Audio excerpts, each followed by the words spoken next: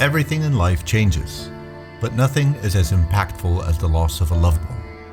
The presence of a luminous physical being is there one day, then the next, the flame is extinguished, and they disappear from the physical realm we inhabit. In Islam, the ritualistic funerary process has helped those mourning transcend the grieving process.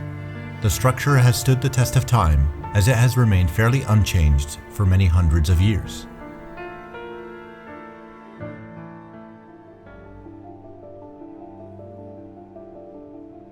Upon the death announcement of a loved one, it is the duty of the family to accelerate the burial process. Typically, a burial takes place within 12 to 24 hours of the time of passing. At the cemetery and prior to burial, close female relatives of the deceased assemble at what is called a Maghsal, a cleansing hall, where the body is washed and purified. Further on, the body is adorned with natural oils, perfumes, and wrapped tightly with a white cotton shroud. The face is temporarily left exposed for the closest male relatives to come into the Maghsal to say their final goodbyes. After the farewells, the face is covered, never to be seen again. Once the body is prepared for burial, the male relatives carry the body on a very simple stretcher to an open area close to the prepared gravesite. The shrouded body is exposed for all eyes to see, to witness its lifelessness. A prayer for all those to be buried is performed by all attendees. At completion, relatives jockey at the opportunity to carry the deceased on its journey to its final resting place. Arriving to the grave, 3 of the closest young male relatives will descend into it. They will lay the corpse into its rightful position facing Mecca.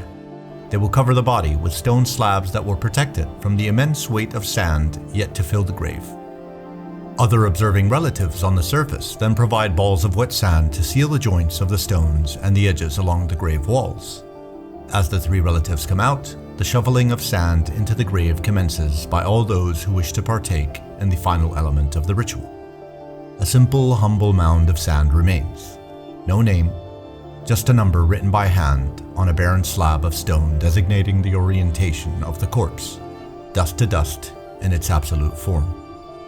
Completion of the burial process kickstarts the wake period that will take place over the next 3 days. This immediate shift takes place at the cemetery. Right then, the wake is performed by the closest relatives standing in a line in an open area, awaiting those offering their condolences up until the overwhelming crowds disperse. Up to hundreds of people will visit either the cemetery on the first day or thousands at the designated family home on the following days from early morning to sunset prayer. Rising, dropping, and then rising again, wave after wave, the mourners receive the visitors as they offer kind words and benedictions of support and praise. Female and male wakes are separate, as are those coming to pay their respects, but during lunch and dinner times, the families reconvene to grieve together and find sustenance. As the 3rd day arrives, the number of visitors diminish substantially, and being the final day, as the sun disappears into the ground, the ending of the funeral is announced by the offering of condolences to each other as a family. Beyond that point, life starts to move on. But how do we move on? How do we go from a loss and being an emotional wreck to who we were prior to the event? There are 5 processes embedded in Muslim funerals meant to assist in reducing the suffering of those mourning along the physical, emotional, and spiritual planes. Join me next time to hear about these 5 beneficial processes.